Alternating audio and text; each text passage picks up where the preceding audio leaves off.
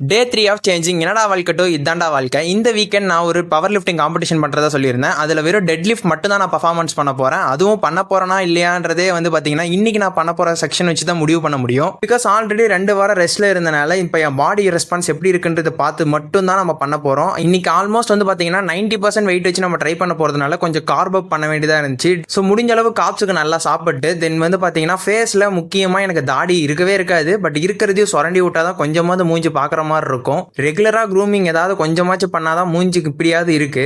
தென் afternoon லஞ்சுக்கு பார்த்தீங்கன்னா ஸ்விக்கில offer இருக்குன்னு சொல்லி சிக்கன் கொத்து பரோட்டா சாப்பிட்டேன். எதுக்கடா சாப்பிட்டோன்ற மாதிரி வயிறு ஃபினிஷ் பண்ணி விட்டுருச்சு. இன்னைக்கு வேற ஹெவி டெட் லிஃப்ட் இருக்கு. இந்த நேரத்தில் இப்படி ஒன்று ஸ்பாயில் பண்ணிக்க கூடாதுன்னு சொல்லிட்டு தென் மெடிக்கலுக்கு போயிட்டு ஒரு மாத்திரை வாங்கிட்டு தென் ஒரு டீயை குடிச்சிட்டு காம்படிஷனுக்கு தேவையான ஒரு சில பொருளையும் வாங்கிட்டு தென் மாத்திரையை போட்டேன். தென் மாத்திரை போட்டு ஒரு கொஞ்ச நேரத்திலே பார்த்தீங்கன்னா வயிறு மறுபடியும் நார்மல் நிலைக்கு திரும்பியது. சரி இதான் சாக்கு பேட்டை இறங்க போறோம்னு சொல்லிட்டு இன்னைக்கு 207 kg வச்சு டெட் லிஃப்ட் ட்ரை பண்ணேன். இது எவ்வளவு ஸ்பீடா நமக்கு மூவ் ஆகுதுன்றத பொறுத்து மட்டும் தான் நம்ம காம்படிஷன் பண்ண போறோமா இல்லையான்னு தெரியும். தென் ஒரு ரெப் ஃபர்ஸ்ட் ரெப் ரொம்ப ஈஸியா போயிடுச்சு.